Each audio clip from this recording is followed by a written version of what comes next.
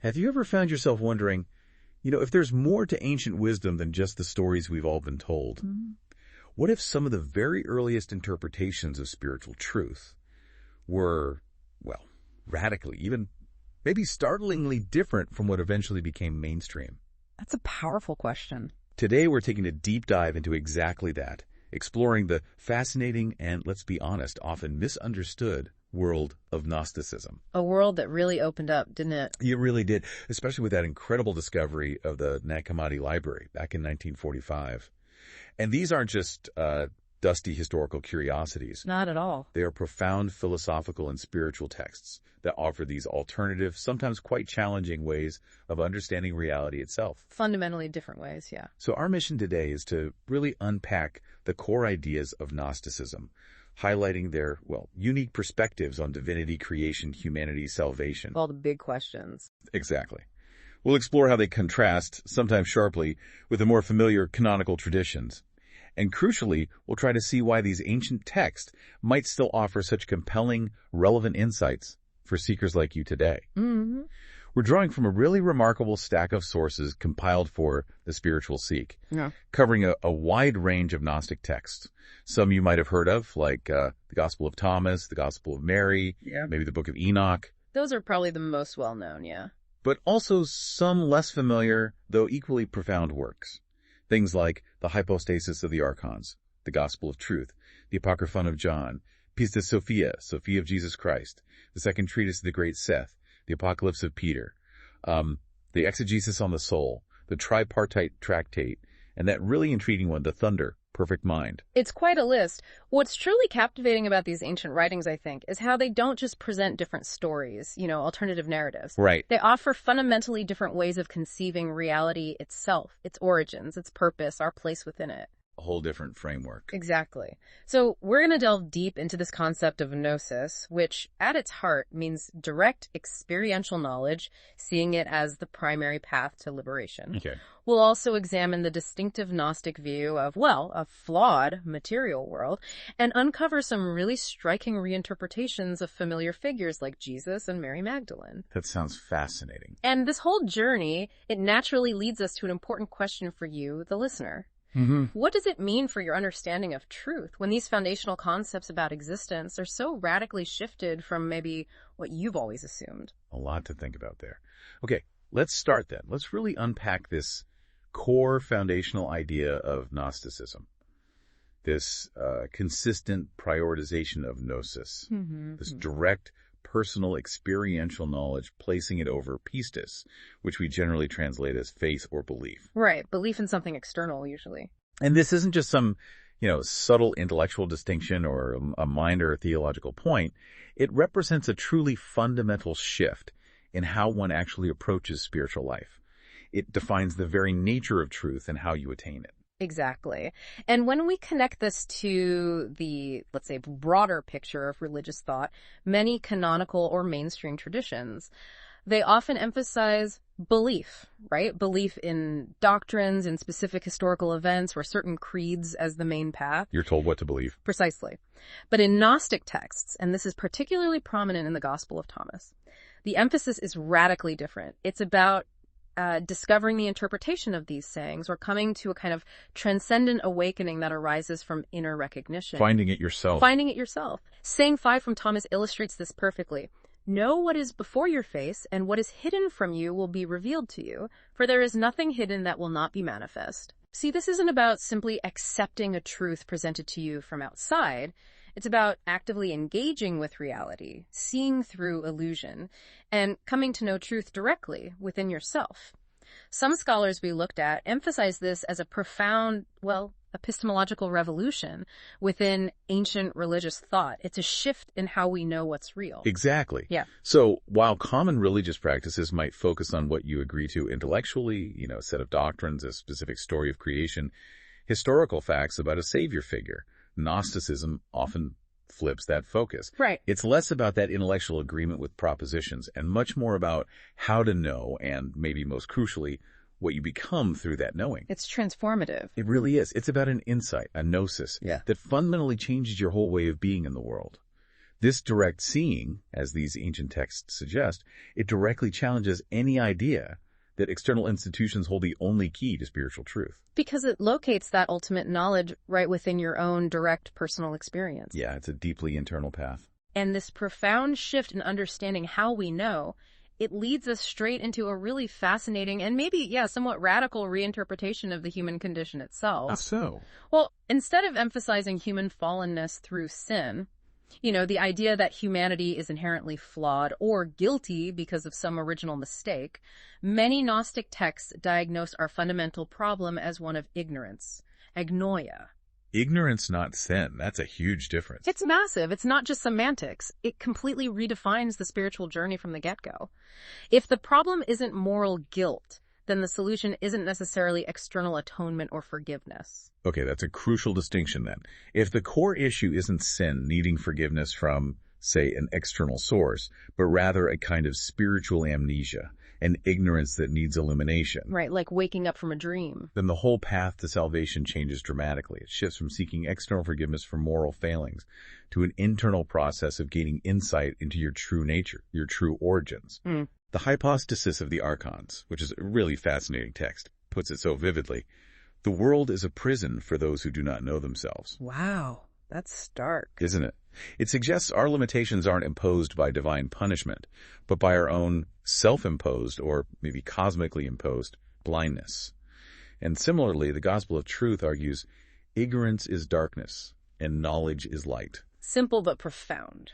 It powerfully suggests that much of our suffering, that feeling of being alienated or lost, comes from forgetting our true divine origin. The exegesis on the soul describes the soul in its fallen state as having no lack of anything, yet tragically not knowing that she's wretched, pitiful, poor, blind, and naked. So trapped in illusion, unaware of its own inherent worth. Exactly. This profound self-deception, this metaphysical amnesia, is presented as the very root of human suffering. And this raises a really important question for you, the listener, to maybe reflect on. If the human predicament, as these Gnostics saw it, is primarily about this kind of metaphysical forgetting one's true divine nature, then the remedy isn't some external act of redemption or a one-time forgiveness. It becomes an internal, ongoing process of awakening, of remembrance, anamnesis. Remembering who you are. Exactly. For you, this might resonate with moments in your own life where you felt, lost, unfulfilled, or like something essential was just missing. Yeah, I think we all feel that sometimes. And perhaps that feeling stemmed not from any specific wrongdoing, but from a deeper, more existential sense of not truly knowing yourself, your purpose, your inherent value. This Gnostic perspective offers a radical framework for understanding and maybe addressing that inner yearning. And this brings us right to the absolute core, the beating heart of the Gnostic impulse. Salvation understood as this intensely personal process of self-realization and awakening. Not waiting for something outside. Exactly. It's not about waiting for some future event or relying on external forces. It's an internal journey, profoundly personal and available right here, right now. And what's truly fascinating here is how salvation, in this Gnostic context, transforms from, say, an external redemption story into an internal process of awakening to one's true inherent identity. How it's already within you. Precisely. The Gospel of Thomas puts this with startling clarity in saying 70. When you bring forth that which is within you, that which you bring forth will save you. If you do not bring forth that which is within you, that which you do not bring forth will destroy you. Wow. That puts the responsibility squarely on the individual, doesn't it? It does. It's not about external forgiveness for sin, but about the manifestation, the bringing forth of your own inner divine potential. The scholarly sources we looked at sometimes call this realized eschatology. Meaning the idea that salvation isn't some distant future hope, but an immediate possibility, a state of being you can realize right now by recognizing your essential divine nature.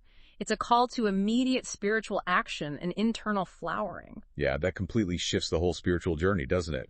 From seeking external validation or forgiveness or some kind of outside intervention to an intensely internal exploration and recognition of who you actually are deep down. Yeah. It feels like a radical democratizing of religious experience. It really does. It suggests that each individual possesses the inherent capacity for direct, unmediated connection with the divine, bypassing any need for intermediaries or complex rituals. And the Apocryphon of John echoes this so powerfully. challenging our usual understanding of self. You are not what you think you are. You are not what you see. A call to look deeper. It's a profound call to look beyond the maybe illusory nature of our everyday identity and truly perceive the transcendent divine potential dwelling within each person.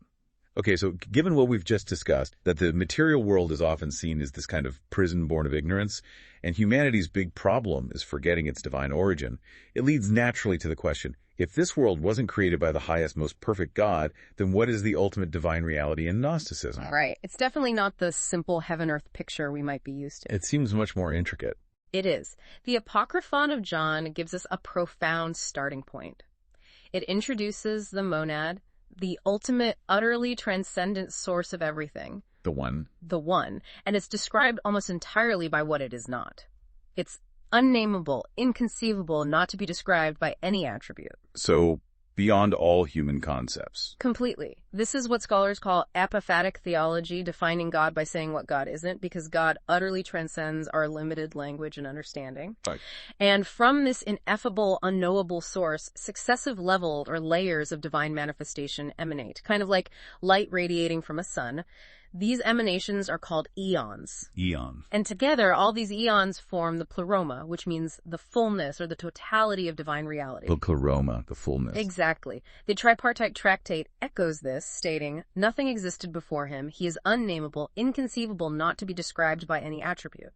So there's this meticulous, deeply philosophical foundation emphasizing a perfect primordial unity that exists before and totally transcends all the duality and imperfection we experience down here. It's easy to get a bit lost in the terms eons, Pleroma, but what feels important to grasp is the sheer beauty, maybe, and the astonishing complexity of this multi-layered divine reality. It's vast. It's not just a single static God.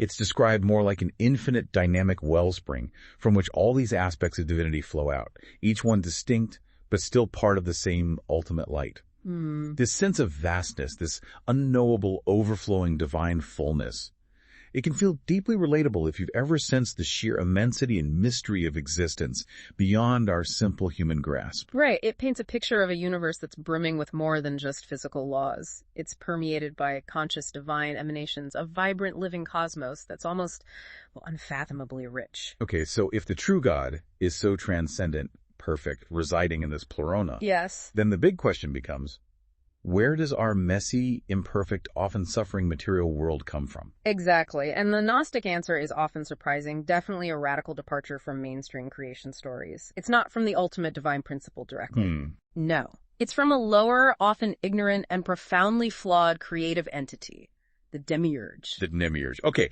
let's unpack that because it's one of the most distinctive, maybe controversial features of Gnosticism. It really is. The Apocryphon of John provides a powerful story for this. It tells of Sophia, which means wisdom, who is one of these divine emanations, an eon within the Pleroma. Okay, wisdom.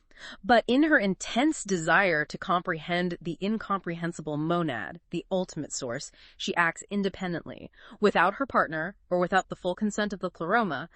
This unbalanced, solitary action leads to the accidental creation of a flawed, arrogant, and deeply ignorant entity. And that's Yaldabaoth, the demiurge. That's him, Yaldabaoth. And in his profound ignorance of his true origins, ignorant of the higher divine realms above him, Yaldabaoth proudly declares, I am God and there is no other God beside me. Which sounds a lot like. It directly, even provocatively, echoes, or perhaps parodies, the declaration of the God in Genesis. Right, but here it's presented as ignorance, arrogance. Exactly. So in a Gnostic view, the material cosmos, the very world we live in, becomes a product of this error, this ignorance, this spiritual mistake, rather than a perfect creation born from ultimate divine wisdom. Wow. So the creator of this world is flawed. Yes. And the hypostasis of the archons vividly portrays Yaldabaoth and his subordinates, the archons, meaning rulers or powers, as blind, arrogant, tyrannical figures. Cosmic jailers. Kind of, yeah. They create this compromised, limited, often oppressive reality designed to keep the divine sparks within humans trapped in matter, unaware of their true home, their true heritage. So for many Gnostics, material existence isn't inherently evil in itself, maybe. Not always inherently evil in an absolute sense, no, but it's often seen as a product of error or limited understanding, a cosmic trap. The second treatise of the Great Seth gives this sharp warning. Beware of the rulers and their glory, for they do not know who they are. That sounds like a critique of worldly power, too. Absolutely. It suggests that those who hold power in the material realm, the archons, whether cosmic or earthly, often lack true spiritual insight and are themselves products of ignorance. It's a profound critique of authority that isn't self-aware. Now, Gnosticism is often talked about as being sharply dualistic, right? The stark opposition. Spirit versus matter, light versus dark. That's the common understanding, yes. But you're suggesting a deeper reading of the sources shows something more nuanced. I think so. It's not always a simple black and white, good versus evil split.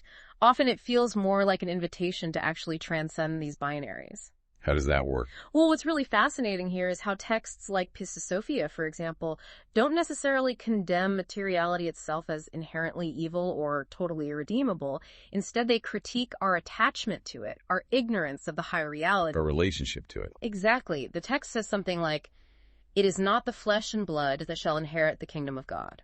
What is born of the flesh is flesh. What's born of the spirit is spirit. Yet even the flesh can be transformed when illuminated by divine light." Transformed, not just rejected. Precisely. It suggests transformation, a change in our perception and relationship to the material world, seeing it through a higher, enlightened awareness rather than pure rejection or annihilation. And the Gospel of Thomas has that line. Yes, that beautiful paradoxical line. "Split wood, I am there.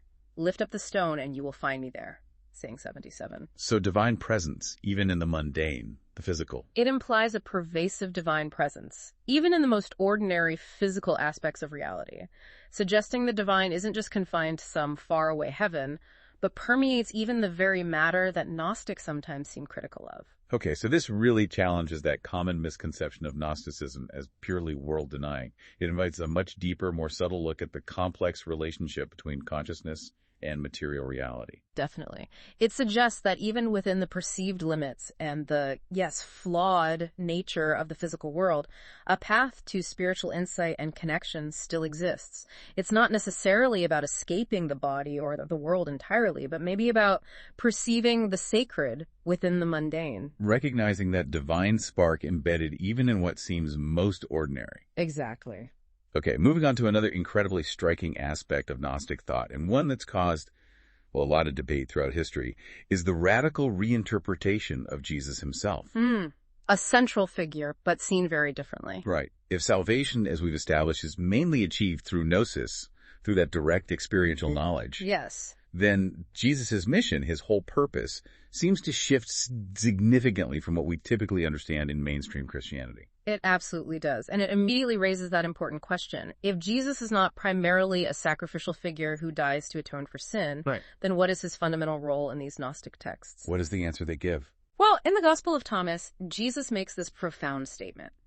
"He who drinks from my mouth shall become as I am, and I shall be he, and the hidden things shall be revealed to him," saying 108. Drinks from his mouth, like receiving his wisdom. Exactly. He's not presented primarily as a sacrificial savior dying for sins, but rather as an illuminator, a revealer of the inherent divine nature that lies dormant within each person. Someone who wakes you up.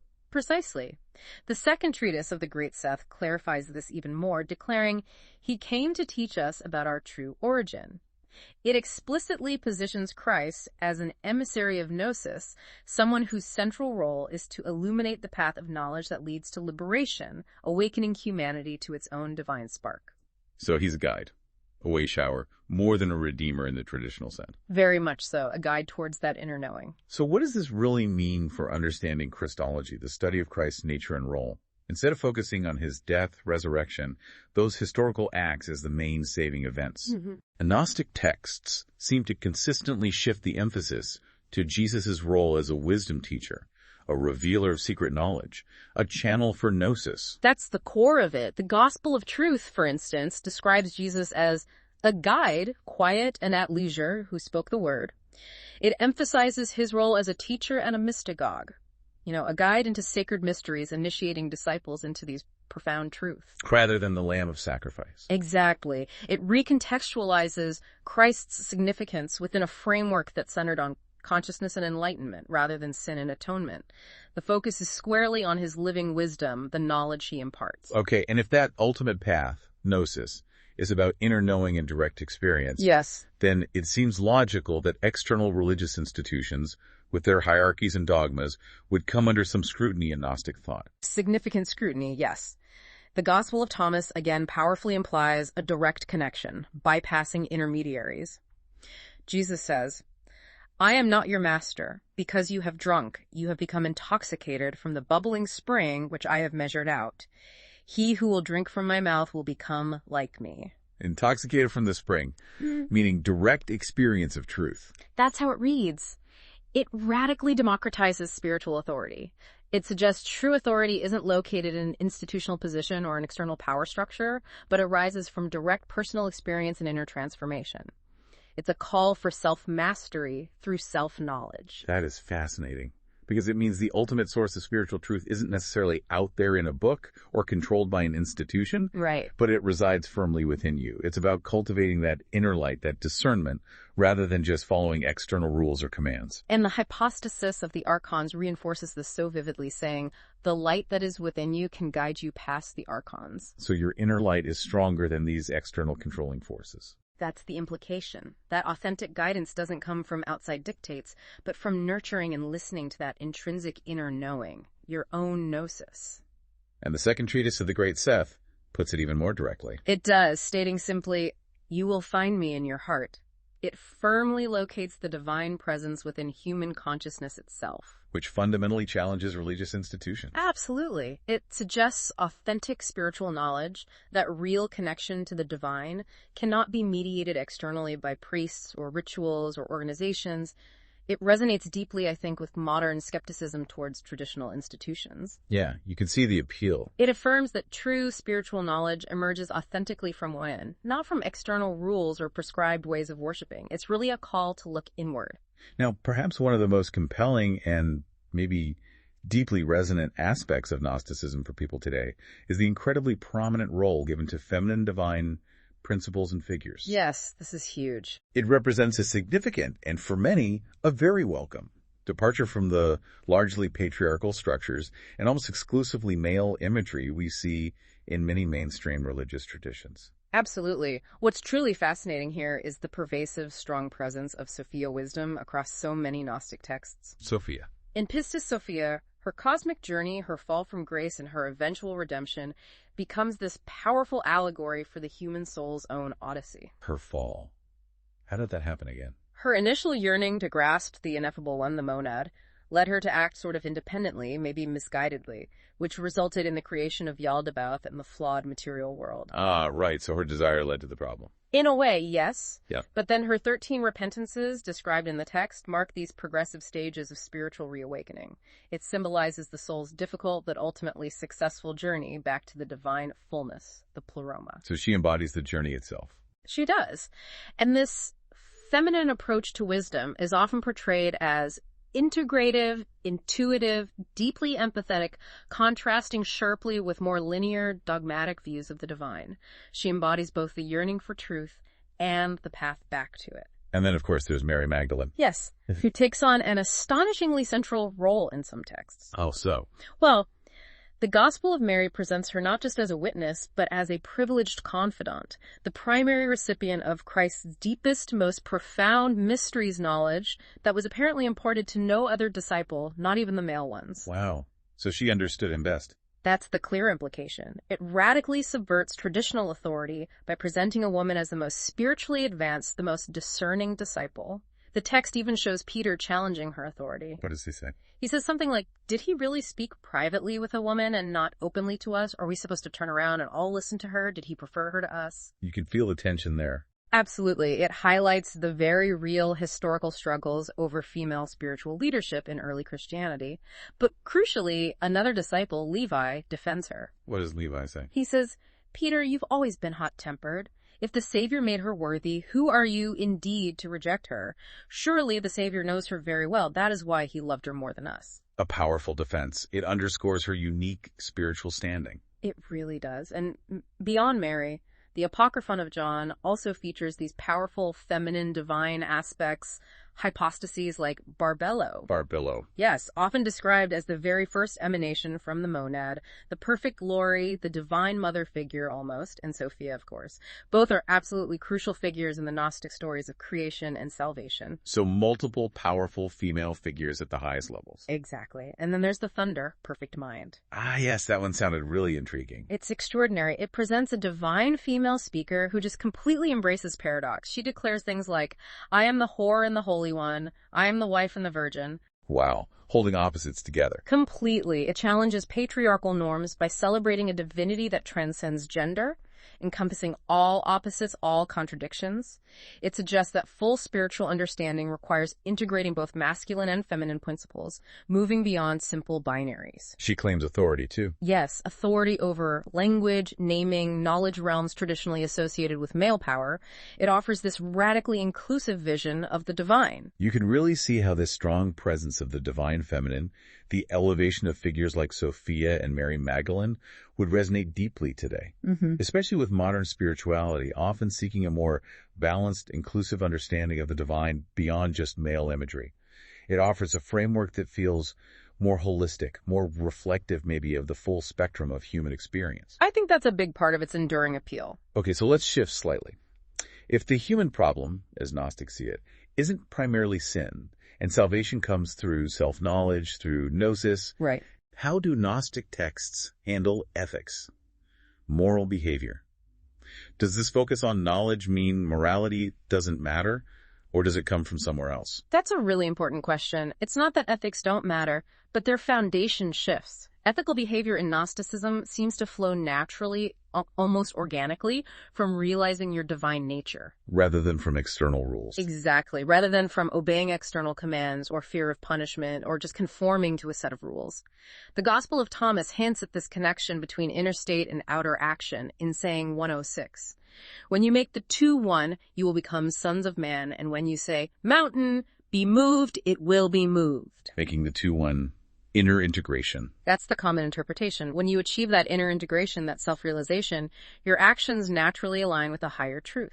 You gain a kind of power or harmony with reality, not through magic, but through deep understanding. So ethical behavior emerges from an awakened consciousness. Yes, from seeing clearly and acting from a place of inner truth and divine alignment, rather than just external obligation. It's about aligning your actions with a kind of inherent cosmic order, not simply following a list of do's and don'ts. That's a profound reorientation. It means being good isn't about, say, ticking boxes on a checklist or earning divine favor. Right. It's about aligning your actions, your choices, your whole being with your deepest, most authentic self, that divine spark within. It's a shift from external rules to internal alignment. Where moral action becomes an expression of your true enlightened nature. It's about integrity in the deepest sense. And we see this explored elsewhere, too, like in the Apocalypse of Peter. You mentioned it had judgment scenes. It does, and they are quite vivid, which might seem purely punitive at first glance. But reading it closely, it seems to invite contemplation on the nature of justice itself. Is it just punishment, or does it serve a higher transformative purpose? Well, in this Gnostic context, judgment isn't necessarily arbitrary punishment from an angry God. It's often presented more as a process of spiritual illumination, where souls are forced to recognize their own condition, their own ignorance, and the real consequences of their choices. So judgment as revelation. Exactly. It transforms judgment from mere punishment into a kind of revelatory insight, a moment of profound self-recognition that, ideally, can lead to transformation.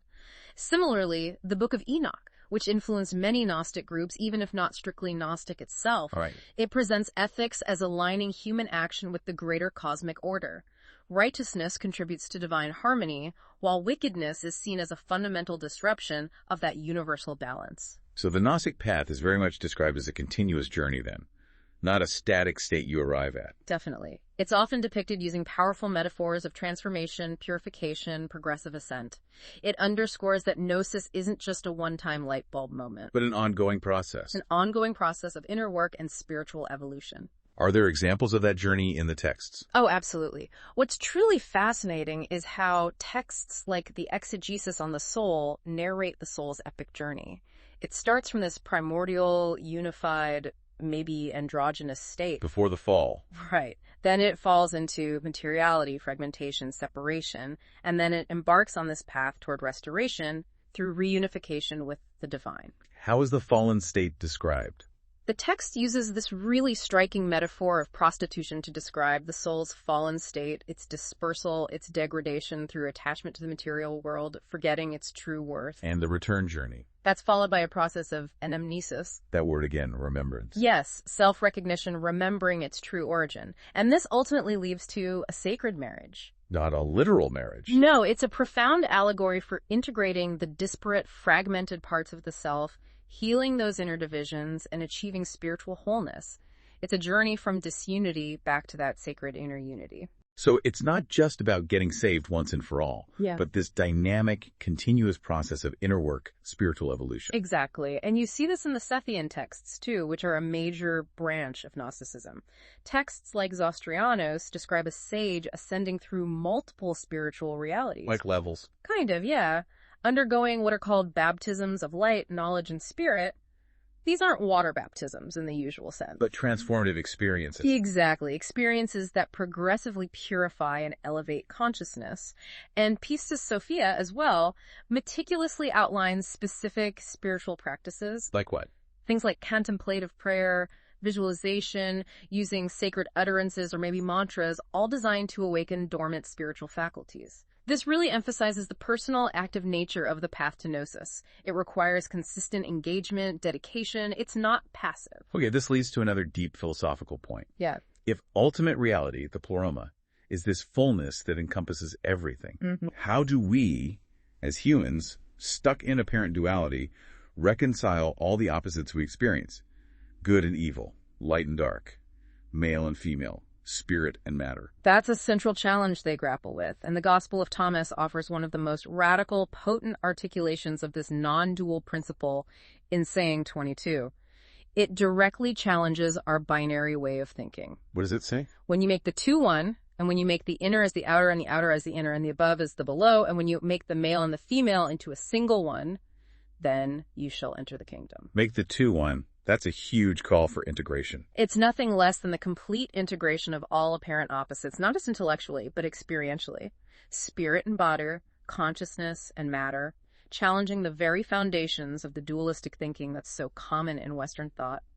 It suggests true spiritual liberation lies in transcending these perceived divisions. And then there's the thunder perfect mind again, which seems to just embody this paradox. It really does, in its very form. That divine female speaker declares, I am the first and the last. I am the honored one and the scorned one. I am the whore and the holy one. I am the wife and the virgin. I am the mother and the daughter. It just embraces everything. It pushes us to move beyond conventional binary thinking and embrace polarities that we'd normally consider mutually exclusive, contradictory. The speaker fluidly embodies good and bad, high and low, suggesting that divine reality utterly exceeds and transcends all our human-imposed distinctions and categories. It's a profound invitation to embrace the fullness of existence without judgment. I think so. This philosophical stance implies that true understanding, full gnosis, comes from embracing contradiction, from moving beyond an either a mindset to an and both perspective. A different way of knowing. Exactly. Scholars sometimes describe it as a cognitive disruption, a deliberate shattering of our usual mental boxes designed to open up a non-conceptual, intuitive grasp of reality, a direct insight that goes beyond the limits of logical thought. It's a radical call to rethink how we know and what we know at the deepest level. You know, it's truly striking how incredibly relevant these ancient ideas, these Gnostic perspectives from millennia ago feel today. They really do, don't they? Especially in our contemporary world where so many people identify as, spiritual but not religious. There seems to be a real connection there. There absolutely is. That non-institutional approach to spirituality, the emphasis on direct experience that's so deeply embedded in texts like the Gospel of Thomas, it resonates powerfully with modern seekers who often feel dissatisfied with rigid dogma or top-down authority or traditional religious structures. It bypasses the institution. Right. And the hypostasis of the archons, with its picture of the archons as these blind, self-deluded rulers, It provides this powerful ancient template for questioning contemporary authorities, whether they're political, social, religious, who might lack true self-awareness about their own biases, their own limitations, the true boundaries of their power. Holding power accountable through awareness. Kind of, yeah. And the second treatise of the Great Seth speaks so directly to that widespread skepticism toward traditional institutions. It unequivocally affirms that true spiritual knowledge, authentic divine connection, emerges from within oneself, not from external mandates or hierarchical pronouncements or compulsory rituals. This perspective really validates personal autonomy in spiritual matters, doesn't it? Which, for so many people, is incredibly appealing today. Highly valued, yes. It offers a viable, historically rich path of direct realization without requiring strict adherence to dogmatic systems or reliance on ecclesiastical authorities. It speaks to that deep yearning for direct, unmediated experience over just inherited dogma or prescribed belief. It aligns perfectly with the ethos of many modern spiritual movements. It really does. And another fascinating connection is the profound psychological sophistication you find embedded within these ancient texts. Psychological? How so? Well, they almost uncannily anticipate many ideas from modern depth psychology. Carl Jung, for instance. Ah, Jung, yes. He was a towering figure in psychology, and he found striking parallels between Gnosticism and his own groundbreaking theories of individuation. He saw these texts as mapping the intricate, multi-layered inner landscape of human consciousness. He felt Gnostic myths were often externalizations of internal psychological processes. Can you give an example? Sure. Take the exegesis on the soul again. Its profound narrative of the soul's original unity, its fragmentation and fall into materiality, and then its ultimate restoration through that sacred marriage. The integration. Exactly. It aligns beautifully with Jungian models of integrating the unconscious, reconciling inner paradoxes, and specifically integrating the masculine and feminine principles within the psyche. It's a map for achieving psychological wholeness. And the gospel of truth. Similarly, it describes the journey from ignorance to knowledge as a path to psychological wholeness, that divine spark which gets obscured by external conditioning and ego identification. It corresponds almost directly to Jung's concept of the self, that innate blueprint for wholeness within each of us. Wow. And Mary Magdalene's journey. Yes. The Gospel of Mary's metaphorical mapping of the soul's ascent through various limiting mental states. It provides this really compelling framework for both psychological and spiritual development. How does that work? It's remarkably similar, actually, to modern mindfulness practices that emphasize awareness and integration of various mental states. Each power or form the soul encounters on its ascent, the things that try to hold it back. Obstacles. Exactly. They can be understood as psychological attachments or limiting beliefs, things that restrict consciousness. The process of confronting and transcending these powers leads directly to liberation, both psychological and spiritual. It's like an ancient manual for inner work.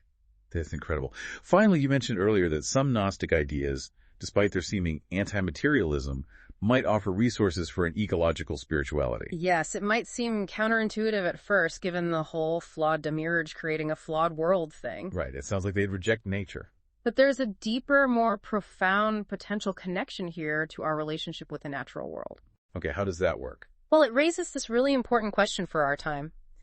If the divine, or the divine spark, actually permeates all existence, even the material world, how does that fundamentally change our relationship with nature, our responsibility towards it? If God is in nature, not just separate from it. Precisely. Think back to the Gospel of Thomas's radical saying, "Split wood, I am there. Lift up the stone and you will find me there." 677, yeah. That suggests a sacramental vision where divine presence isn't just transcendent out there, but also immanent right here, permeating the natural world. This offers a profound basis for an ecological spirituality, recognizing the sacred essence within the physical, the mundane. It transforms our view of nature from just a resource to be used. It's something sacred in itself. Exactly. And while the hypostasis of the archons is critical of our relationship to nature when it's mediated by ignorance or by the blind rule of these archons, it also simultaneously invites approaches that recognize both nature's inherent beauty and its limitations as expressions of larger cosmic principles. So not just worshiping nature uncritically, but seeing it clearly. Yes, it suggests a kind of middle way. Integrating scientific insight and a pragmatic understanding of the material world with profound spiritual depth. Rather than simply exploiting nature or blindly worshiping it, it feels like a call for an awakened, conscious stewardship. Wow. We've really journeyed through a remarkable and, often challenging landscape of ancient thought today. From that radical concept of gnosis as liberating knowledge to these astonishing reinterpretations of creation, divinity, human potential. We've seen how Gnosticism, often pushed to the margins and misunderstood for centuries, actually offers these profound, resonant insights into self-knowledge, the powerful divine feminine, and that challenging but ultimately transformative path of integrating opposites within ourselves and the cosmos. Yeah, and when we connect all of this to the bigger picture, Yeah. the grand sweep of human history and spirituality, these Gnostic texts serve as such a powerful reminder. A reminder that early Christianity, for instance, was incredibly diverse, far more varied than the popular stories often suggest. Not monolithic at all. Not at all. And they also underscore that these fundamental human questions about reality, about suffering, about transcendence, they've been explored in so many profound, often surprising ways throughout history. Their enduring value, I think, lies in their capacity to challenge our conventional assumptions, to disrupt our neat categories. To shake things up a bit. Exactly. And to invite a deeper, more personal, more direct engagement with spiritual truth. They really compel us to look beyond the surface narratives and consider the multi-layered, often paradoxical nature of existence itself. So after exploring these ancient, profound paths of knowledge, here's maybe a final thought for you, our listener, to ponder as you go about your day. If salvation isn't just about believing specific doctrines or following external rules, but about awakening to what's already hidden, what's already luminous within you, then what hidden things might be waiting to be revealed in your own experience? What does your inner knowledge, that deep wellspring of insight, truly reveal about the nature of reality and your unique, irreplaceable place within it?